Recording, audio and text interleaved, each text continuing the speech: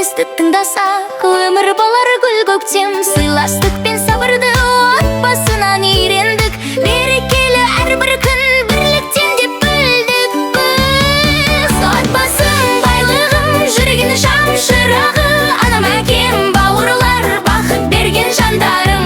Отбасым тірегім, қуанышым, жүрегім, бірге болса жанымда, күшті болар тілегім.